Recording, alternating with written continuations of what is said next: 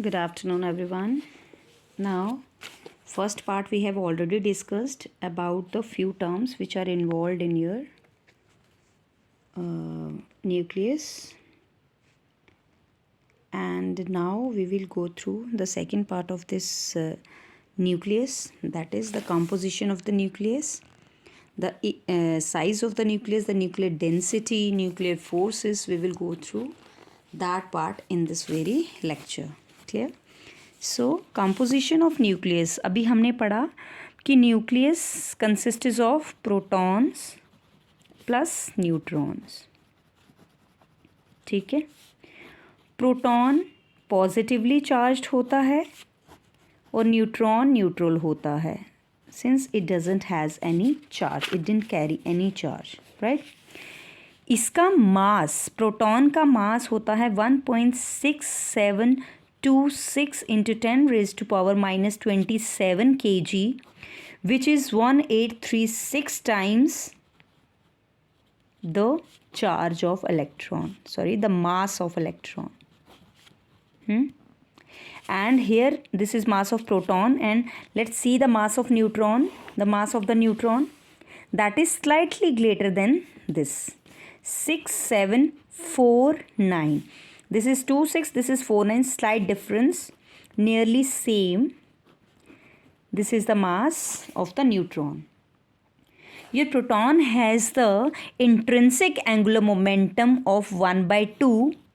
Similar is the magnetic moment. It also carries the magnetic moment. Magnetic moment आपने third unit में पढ़ा हुआ है, ठीक है. It carries magnetic moment. Since it is neutral but still it has some magnetic moment. इसमें भी कुछ थोड़ी बहुत magnetic moment होती है प्रोटॉन के साथ रहने के कारण, ठीक है. तो this is the composition of nucleus. Your nucleus consists of nucleons, which is the sum of protons and neutrons. Both are having the nearly same mass, but neutron mass is slightly greater than, that is neutron mass is slightly greater than mass of the proton. Clear? Right? Okay. Now हमारे पास composition हमने पढ़ लिया. अब आता है हमारे पास कि proton और न्यूट्रॉन अगर न्यूक्लियस के अंदर हैं तो इसका कुछ साइज़ बन गया. साइज़ मतलब कितने प्रोटॉन है इसके अंदर, कितने न्यूट्रॉन है इसके अंदर, तो that describe the size of the nucleus. ठीक है, तो now we will deal with the size of the nucleus. तो अगर साइज़ की बात करें, सिंस न्यूक्लियस को सफेरिकल माना जाता है, it is experimentally studied that it's size is nearly of the size of the, that is a sphere. तो यहाँ पे जो वॉल्यूम ऑफ द न्यूक्लियस बनेगा वो वॉल्यूम ऑफ द सफ़ेयर, क्योंकि न्यूक्लियस को हम किसकी तरह मानते हैं, कैसी शेप होती है, नियरली सफ़ेयर की तरह होती है. ठीक है, तो अब कहा जाता है कि जो सफ़ेयर का साइज़ है, साइज़ ऑफ द न्यूक्लियस जो है, that is the volume of the nucleus is directly proportional to its mass number. जो न्यूक्लियस का वॉल्यूम होता है, volume is directly proportional to its mass number. और अगर इसको सफ़ेयर माना है तो वॉल्यूम ऑफ द सफ़ेयर लिखेंगे, और वॉल्यूम ऑफ द सफ़ेयर होता है 4/3 pi r cube, where r is the radius of the nucleus. Clear? is proportional to a, right? अब r क्यूब को यहीं रहने दे, प्रोपोर्शनल टू a लिख रही हूँ क्योंकि ये पूरा का पूरा कांस्टेंट है, यहाँ जाके भी कांस्टेंट ही बनेगा. क्लियर? तो इसका मतलब है r cube is proportional to a, right. अब r क्यूब है तो हम इसको क्या करेंगे, r क्यूब है तो क्यूब वहाँ जाके क्या बन जाता है, आपको पता है, क्यूब रूट 1/3. ठीक है, 1/3 बन जाएगा आपके पास. अब 1/3 बन गया तो प्रोपोर्शनैलिटी हटा के we use a constant here which is r0 a 1/3. This r0 is nothing but the constant and its value remains same, which is nearly equals to 1.2 into 10 raised to power minus 15 meter. That is nearly of the order of 1 Fermi. 1 Fermi के बराबर का, आपको पता है 1 Fermi is 10 raised to power minus 15 meter, इतना, this constant. तो यहाँ से पता चला कि the radius of the nucleus is proportional to the cube root of its mass number. Clear? This is how you have to describe the size of the nucleus कि radius किसके proportional होता है. ए ज़्यादा होगा तो रेडियस भी ज़्यादा होगा, ए कम होगा तो रेडियस भी कम होगा. क्लियर. चलिए, this was the size of the nucleus. Now comes your nuclear density. अब साइज पढ़ लिया तो डेंसिटी पे भी आ जाते हैं. आपको पता है डेंसिटी क्या होती है? डेंसिटी को रो से रिप्रेजेंट करते हैं. रो होता है मास पर यूनिट वॉल्यूम. यहाँ हम न्यूक्लियस की बात कर रहे हैं तो रो NU लिख देती हूँ for nucleus. This is mass of the nucleus. आपको पता है mass of the nucleus upon volume of the nucleus, that is जो सफेयर आपने बनाया है, क्योंकि nucleus is considered as a sphere. Volume of nucleus. Let कर लेते हैं एक न्यूक्लियॉन का मास m है तो टोटल न्यूक्लियॉन्स कितने होते हैं? A. तो total mass of the nucleus कितना हो गया? मास ऑफ न्यूक्लियस कितना हो जाएगा? एक का m है बेटा और टोटल नंबर A है न्यूक्लियॉन्स का, तो total mass of the nucleus would be m into A, है ना.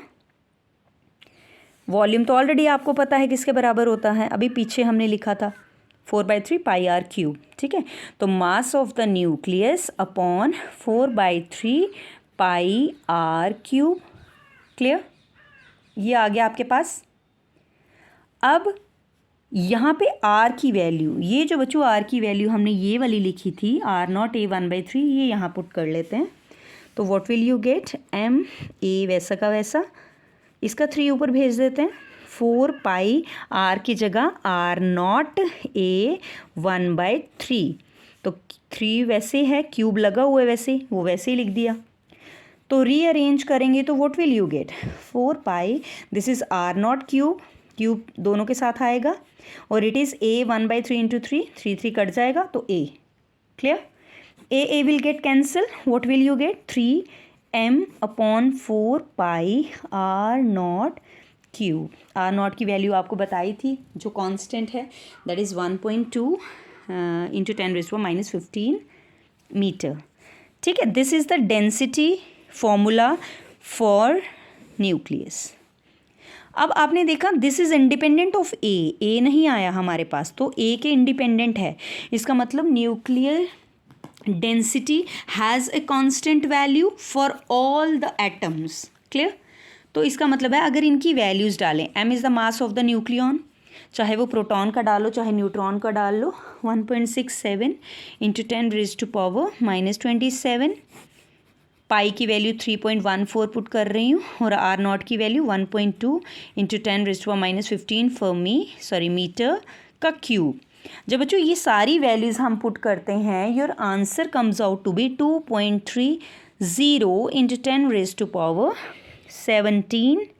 यूनिट क्या बनता है? मास होता है kg में और वॉल्यूम मीटर क्यूब में. तो this is the density of all the nucleus which is independent of the mass number. Clear. So this is your few parts of the same chapter. Composition पढ़ा, size of the nucleus पढ़ा, वहाँ हमने radius को relate किया mass number से, कि जैसे जैसे मास नंबर बढ़ेगा radius will also increase. Come here. Nuclear density पढ़ा, और न्यूक्लियर डेंसिटी लास्ट में जाके हमने एक्सप्रेशन जो निकाला, and we have seen that it is independent of the mass number. So its value remains constant, and this density is very large as compared to density of ordinary matter beta. For example, water की अगर हम बात करें तो उसकी density होती है 1 into 10⁻³ kg पर मीटर क्यूब, बहुत कम. ठीक है, तो ये डेंसिटी बहुत ज़्यादा है. क्लियर. चलिए, अब प्रोटॉन और न्यूट्रॉन न्यूक्लियस के अंदर तो हैं. Fine. Now it means there is certain force which is acting between the two, जो इन दोनों के बीच में एक्ट कर रही है, जिसने इनको स्टेबल बना के रखा है, ओवरऑल न्यूक्लियस स्टेबल बना के रखा है. And you have gone through in your 11th standard about the fundamental forces in nature. एक पढ़ा था स्ट्रॉन्ग न्यूक्लियर फोर्स की जो न्यूक्लियॉन्स में एग्जिस्ट करती है, that is the strong nuclear force. तो अब हम पढ़ेंगे स्ट्रॉन्ग न्यूक्लियर फोर्स जो एग्जिस्ट करती है और उसकी प्रॉपर्टीज़, कुछ प्रॉपर्टीज़. फाइन. चलिए, comes to nuclear. This chapter is very easy and you can easily get marks, but provided you have to go through video very minutely. Fine. चलिए, comes to nuclear forces. अगर nuclear forces दो तरीके की होती हैं, आपको पता है, एक होती है स्ट्रॉन्ग, एक होता है वीक, बट न्यूक्लियॉन्स में जो होती है वो होती है स्ट्रॉन्ग न्यूक्लियर फोर्स. तो वेन एवर न्यूक्लियस में क्वेश्चन आता है nuclear force, it means strong nuclear force. Clear बच्चा? तो nuclear forces are the forces that exist between nucleons of the nucleus. Fine. And properties पे चलते हैं. डेफिनेशन बता दी आपको. ऐसी फोर्सेस जो न्यूक्लियॉन्स को बांध के रखती हैं, that binds the nucleons together. Fine. Now comes to properties. Properties में बात करें बच्चों, तो सबसे पहली प्रॉपर्टी हमारे पास आती है, it is the strongest force. सबको पता है सबसे स्ट्रॉन्ग यही फोर्स होती है, strongest force in nature. The second point is it is short range, very short range, क्योंकि ये अप टू 1 फर्मी तक एक्ट करती है. ज़्यादा स्ट्रॉन्गेस्ट 1 फर्मी तक रहती है. Short range force. ठीक है, 1 फर्मी तक ये बहुत स्ट्रॉन्ग होती है. अगर 1 फर्मी का डिस्टेंस दो न्यूक्लियॉन्स के बीच में है तो स्ट्रॉन्ग अट्रैक्टिव फोर्स एक्ट करती है. बट अगर कोई न्यूक्लियॉन्स इस डिस्टेंस से अंदर या इस डिस्टेंस से बाहर जाने की कोशिश करता है तो ये फोर्स घटना शुरू हो जाती है. ठीक है, अगर अंदर की तरफ जाता है तो अट्रैक्टिवनेस की जगह ये रिपल्सिवनेस देना शुरू कर देती है. तभी दो न्यूक्लियॉन्स आपस में जुड़ते नहीं हैं. क्लियर?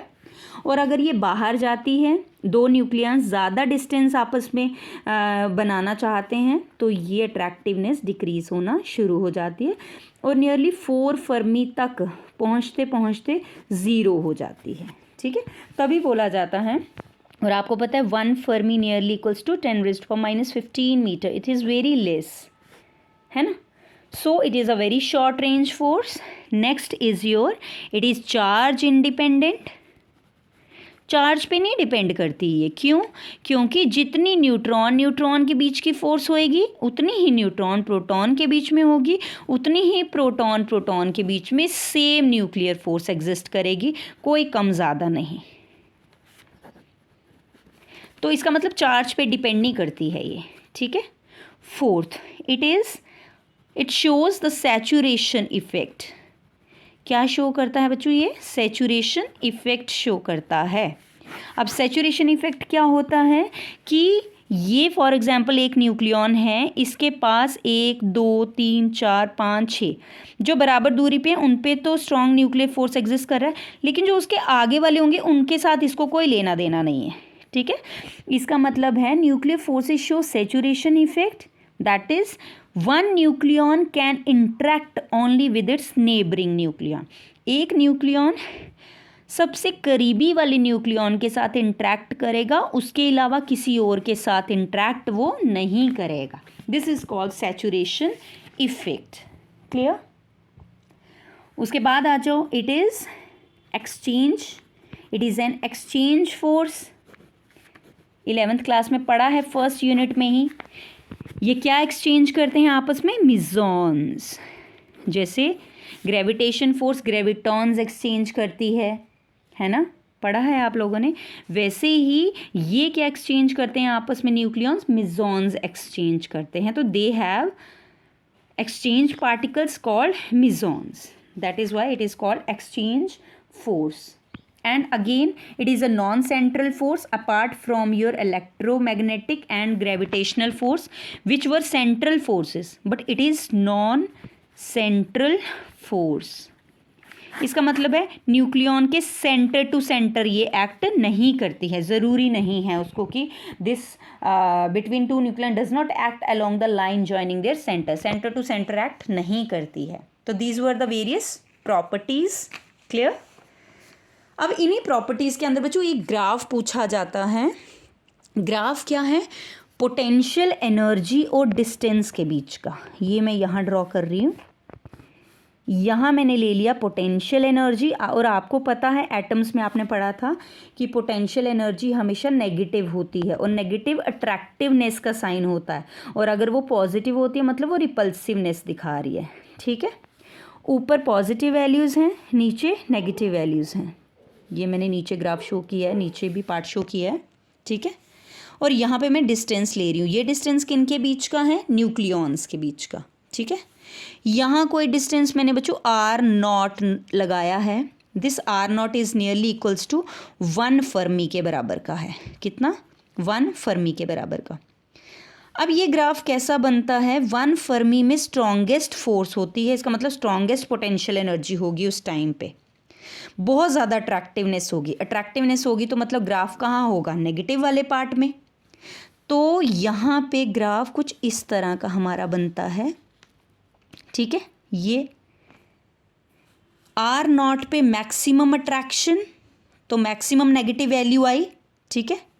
और जैसे ही कोई nucleons R0 distance 1 Fermi distance से अंदर जाने की कोशिश करते हैं, कोई दो न्यूक्लियन आपस का डिस्टेंस कम करने की कोशिश करते हैं, तो ये फोर्स रिपल्सिव होना शुरू हो जाती है।